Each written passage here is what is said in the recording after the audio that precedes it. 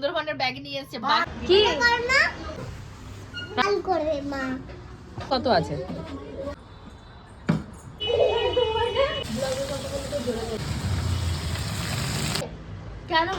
কথাতেই আছে যা শেষ ভালো তার সব ভালো। জানি না আজকে বছরের লাস্ট দিন কিভাবে কাটাবো, যেভাবেই কাটাই তোমাদেরকে সাথে নিয়ে কাটাই, কিন্তু তোমাদের সবাইকে থাকলো অ্যাডভান্স হ্যাপি নিউ ইয়ার। সবাই খুব ভালো করে নতুন বছরটাকে কাটাও। আমার নতুন বছরে আজকে কিন্তু অনেক অনেক কাজের বাহার রয়েছে। কেন বলো তো, অনেক দিন হয়ে গেছে ঘরে ঝুলটুল ঝাড়া হয় না। ঝুলটুল কিভাবে ঝাড়লাম, আর তোমাদের গপুদার কাছে বায়না করেছি আজকে আমাদের নিয়ে ঘুরতে যাবে। ঘুরতে গেল কি গেল না, সব মিলিয়ে আজকে ব্লগটাকে সাজিয়েছি। হোপফুলি তোমাদের ভীষণ ভালো লাগবে। হ্যালো মাই লাভলি ভিউয়ার্স, আমি Priyanka and welcome to my channel Priyanka's time story. যারা পেজ থেকে দেখছো অবশ্যই কিন্তু ফলো করতে ভুলো না।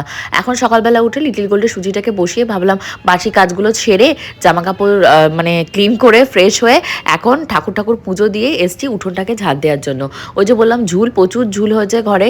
3 মাস 4 মাস হয়ে গেল ঝুল ঝাড়া হয় না। ঝুলটুল ঝেড়ে গাছে জল দিয়ে সমস্ত পরিষ্কার করেছি। আর এক গাদা জামা কাপড়ও কেচেছি। কিছু কিছু জামা কাপড় বললাম না একটু ভিজে ভিজে রয়েছে, কাল ঠান্ডা, সেগুলোকে আবার রোদ্দুরে দিয়েছি একটু সেকে নেওয়ার জন্য।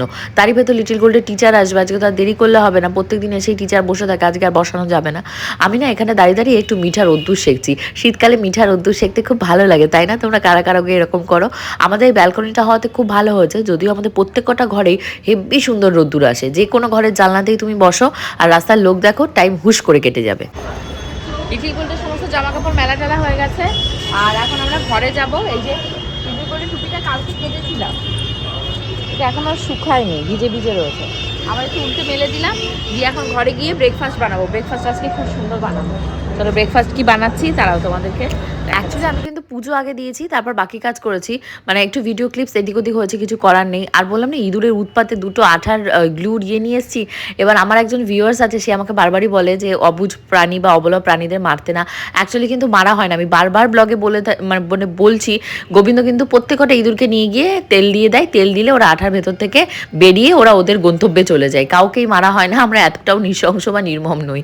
তো যাই হোক, গঙ্গার জলটাল ছিটিয়ে ঠাকুর ঘরের যেই একটা ধূপকাঠি জ্বালায় না, মনে হয় কি এনার্জি 4 ডাবল হয়ে যায়। তোমাদের কারো এরকম হয়? আর যেদিন একটু ডাল থাকি সেদিনকে আগে ঠাকুর ঘরে আসি পুজো দেওয়ার জন্য। তো এখানে দেখতে পাচ্ছ এখন ফ্রিজ থেকে সমস্ত যা ছিল বের করেছি। কালকের ফুলকপি থেকে শুরু করে আলুর দম থেকে শুরু করে মায়ের মাছ, তারপর তোমাদের শাক কি নেই, ভাত থেকে শুরু করে সব। আগের দিন প্রিয়াকে দিয়ে 2 কৌটো চাল ধুয়েছিলাম। তো ভাত কালকে যেহেতু বিরিয়ানি খেয়েছি, মানে ভেজ বিরিয়ানি, মঙ্গলবার ছিল, তো তার জন্য আর চালটা হয়নি। আজকে ভেবেছি প্রিয়াকে থাকতে আমি একটা ব্র্যান্ড কোলাবোরেশন শ্যুট করব, তাহলে তো ভাত লাগবে। মায়ের ভাত থেকে শুরু করে রান্নার যে ভাত আমার কাছে এক্সট্রা ছিল সবই একসাথে দিয়ে করব। শীতকালে ভাত তো নষ্ট হয় না। এখানে আমি একটু খুঁজছিলাম এখন ময়দা আটা, এগুলো কি জানি মনে হচ্ছে ফুলকপি আর আলুর দমটা রয়েছে, ওটা দিয়ে আজকে একটু লুচি খাবো। মাঝে মধ্যেই মনে হয় যে লুচি খাবো, কিন্তু বানিয়ে তরিজুত করে করতে একার জন্য একটু ইচ্ছে হয় না। তোমাদের গপুদাকে টাইম মতো ফুলকো লুচি, গরম গরম লুচি খেতে দেবো, উনি খেতে আসবে না। তাহলে বলো একার জন্য এরকম সাজা গোছাতে মন চায়? তাহলে আজকে একা খাই দোকা খাই, অত দেখার দরকার নেই। আজকে আমি লুচি খাবো, আজকে আমি নিজেকে প্যাম্পার করব।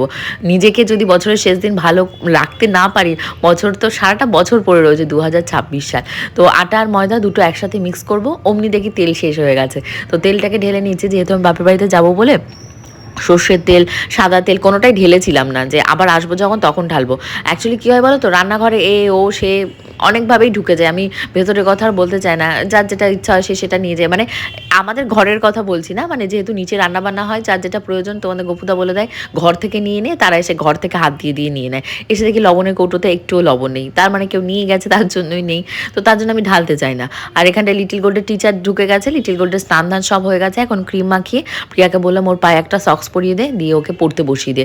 খাওয়া দাওয়া আজকে অনেক আর্লি করিয়ে দিয়েছি। শীতকালের দিনে কি হয় বলো তো, 12:30 1টার ভেতর যদি মানে ওকে পড়তে বসিয়ে স্নান ধান করে কমপ্লিট না করতে পারি না, শীতে প্রচুর কষ্ট পায়। আর দেখো না কেমন কাঁপে। বাপের বাড়িতে বেশি কাঁপে, আমাদের এখানকার যেহেতু প্রত্যেকটা ঘর দিয়ে রোদ্দুর আসে না, ও অতটা কাঁপে না। আর বাপের বাড়িতে সমস্ত জানলা দরজা বদ্ধ, মনে হয় কাল ঠান্ডা যেন, আরও ওখানে গেলে বেশি ঠান্ডা লাগে। এখানেও ঠান্ডাটা পড়েছে। তোমরা কে কীভাবে ঠান্ডাতে থাকছো অবশ্যই আমাকে কমেন্ট করো। আমি তো লিটিল গোল্ডকে নিয়ে একটা চিন্তাই মানে মাথা খারাপ হয়ে যাচ্ছে, সেটা হলো লিটিল গোল্ড পড়াশুনো করতে চাইছে না। লিটিল গোল্ডের 5 তারিখে স্কুল খুলবে, খুলেই ইন্টারভিউতে রাখবে। ইন্টারভিউতে গিয়ে কী যে করবে আমার মেয়েটা কে জানে। এই সমস্ত নিয়ে ভাবছি, সারাক্ষণ মোবাইল। তো আমি তোমাদের কাছে জিজ্ঞাসা করেছিলাম, তোমরা সবাই বলেছো মোবাইলের অ্যাডিকশানটা যতটা তাড়াতাড়ি পারো ছাড়ানোর। আমি তো চেষ্টা করি, কিন্তু কী করবো বলো, একার ঘরে আমি যদি ওকে টাইম না দিই তাহলে ও সর্বক্ষণ আমার পেছনে ঘুরবে। কি দেখ আমি ভিডিও করে নিয়ে যাচ্ছি মাকে দেখাবো বলে। এখন কি রান্না করবো? তো এই যে তোমাদের গপুদা এখন যে বাজার থেকে ইলিশ মাছ নিয়ে এসে লিটিল গোল্ডের জন্য প্রথমে চারাপোনা খুঁজছিল, তার মানে চারাপোনাতে কাটা হবে, মেয়ে খেতে পারবে না। তারপর এই যে এইগুলো নিয়ে এসছে, এখন কি দিয়ে কি রান্না করবো বুঝে পাচ্ছি না, ধরবো তারপর। আমার আবার এদিকে ব্র্যাড কোলাবোরেশনের শুরু চলছে, আমি কি কোনদিকে যাবো ভালো লাগে না ওনার এই অত্যাচার। আমার দিন নেই, ক্ষণ নেই, দেখা নেই, শোনা নেই, জানা নেই, মাছ নিয়ে এসে হাজির হবে। মাছ এরকম ভিজানো থাক, আমার যখন শুট শেষ হবে আমি তখন শুরু শুটটা গানের উপর রয়েছে। এখানে তো জল পড়ছে মানে প্রিয়া বাসন। কেন মা তুমি এরকম করেছো কেন মা? তুমি শোনো না? এই দেখো মানে আমার এত দুঃখ লাগছে, আন্টিকে ধরে ধরে বকছে, কথা শুনছে না, মানে 1 ঘন্টা আজকে এই সমস্ত চলেছে। তারপর না পেরে লাবণী এসে আমি বলছে যে বৌদি দেখো কেমন করছে, আর করবে না তো আন্টির সাথে? মা আন্টির সাথে এরকম করবে না তো আর? চলে আসো এদিকে, চলে আসো। আন্টিকে সরি বলেছো তো? ওর পড়াশোনা করাতে হবে, মোবাইল একদম দেওয়া যাবে না হাতে, মোবাইলের জন্য বাচ্চাটা নষ্ট হয়ে যাবে। আবার হাসছে দেখেছো? আন্টিকে গেট পর্যন্ত ছেড়ে দিয়ে আসো, যাও। বলো আন্টি সাবধানে দেও, যাও মা। ঠিক আছে, যাও যাও, বলো আন্টি কালকে কালকে তো ছুটি, শুক্রবার, আবার শুক্রবার। ঠিক আছে আমি ফোন করবো না, ঠিক আছে যাও, থেকে গেট পর্যন্ত এগিয়ে দিয়ে আসো।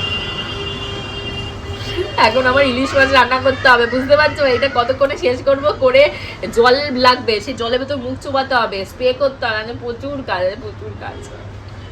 বেলা বাজছে এখন তোমাদের কয়টা, 1টার কাছাকাছি। লিটিল গোলকে পড়িয়ে গেছে, আর এরই ভেতর আমি কি করব বলো, শাড়িটারি পরে এখন বসতে হবে। পিয়াকে যেহেতু আটকে রেখেছি ভিডিওটা করার জন্য, আর ডেডলাইন রয়েছে 4 তারিখ না 5 তারিখের ভেতর ওদের লাইভ করতে হবে, তো কিচ্ছু করার নেই। রান্নাঘরে যেমনটা ছিল সেই রকমটা ফেলে রেখে দিয়েছি, ভাতটা ইভেন পর্যন্ত বসাইনি, যেহেতু সমস্ত কিছু রেডি করা রয়েছে। রান্না করতে খুব বেশি হলো আধা ঘন্টা থেকে 30 মিনিট লাগবে, আর যেহেতু ইলিশ মাছ, ওই ইলিশ মাছ তো বসালেই হয়ে যাবে। আর পেঁয়াজগুলি এক পাশে বসাবো, ভাত এক পাশে বসাবো, ইলিশ মাছ ভাজতে ভাজতে তা রেডি হয়ে যাবে। তো এই যে হলো ইলিশ মাছ, ইলিশ মাছের জন্য সর্ষে বাটা আর কাঁচা লঙ্কা বাটা আমি বেটে রেখে দিয়েছিলাম, আর পেঁয়াজকলি রয়েছে ওটা ভাজতে দেবো। আলু যেহেতু ছিল না, পেঁয়াজকলিতে আর আলু ব্যবহারও করিনি, এমনি পেঁয়াজকলি খেতে ভালো লাগে। লবণ হলুদ আর একটু সর্ষে তেল মাখিয়ে নিয়েছি, আর এখন সর্ষে কাঁচা লঙ্কা দিয়ে এটাকে ভাপা বসিয়ে দেবো। একটু দেবো জিরের গুঁড়ো, ধনের গুঁড়ো। ইলিশ মাছগুলো যেহেতু অনেক বড় বড় সাইজের নয়, তার জন্য এর ভেতর জিরে গুঁড়ো ধনের গুঁড়ো দুটো দিলে টেস্ট হবে।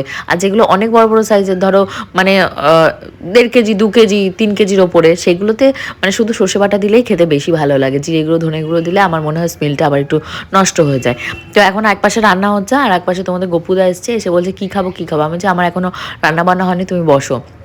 আর এই যে দেখতে পাচ্ছ সর্ষে বাটাটা আমি স্মেল নিচ্ছি কেন বলো তো, এটা 2 দিন আগে সর্ষে বাটা, সর্ষে আর কাঁচা লঙ্কা যেহেতু বাটা একসাথে রয়েছে, তাই স্মেল নিয়ে নিয়ে বারবার ট্রাই করে দেখছি যে জিনিসটা ঠিকঠাক আছে কিনে, তারপর রান্নার ভেতর দিয়ে দিলে তো আর এক বিপদ।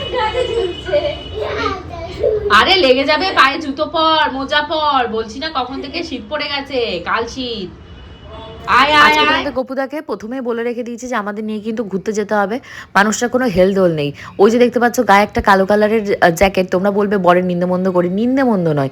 আমি জবে থেকে বাড়িতে এসেছি, ধরো 2 দিন 3 দিন হতে গেল, ওই জ্যাকেটটাই পরে রয়েছে। আমি প্রত্যেক দিন সেই দিন রাতের থেকে কাঁচার ওখানটায় রাখছি, ওই কাঁচার ভেতর থেকে খুঁজে নিয়ে গিয়ে চলে যাবে। ওনার নাকি আর কোনো জামাই নেই। আর তোমাদেরকে যদি ড্রেস দেখায় তাহলে তোমরা অবাক হয়ে যাবে, উনি কিন্তু নিজের পয়সায় একটাও ড্রেস কেনে না। মানে লাস্ট ধরো 2 বছর ধরে উনি নিজের টাকা খরচ করে জামা কাপড় কেনা বন্ধই করে দিয়েছে। যা কিনি সব আমি কিনি, তার লাট জামা কাপড় ওনার জন্য কিনি।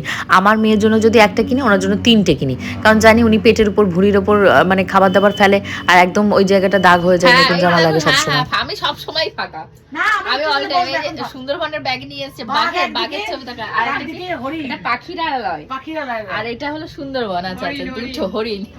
আমি এসেছি নিজে তোমাদের গপুদার সন্ধানে, রাজকে ফোনে পাচ্ছি না, ওর জন্য। রাজু আসেনি অফিসে আজকে।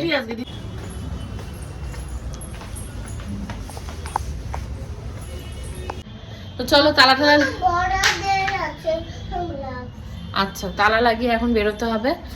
আমরা যাবো একটু কসমেটিক্সের দোকানে। 31st নাইটে সবাই দেখো কেমন পিকনিক করছে, বাইরে পিকনিকের গান চলছে, সব মানে আওয়াজ আওয়াজ আর আওয়াজ, পিকনিক পিকনিক আর পিকনিক।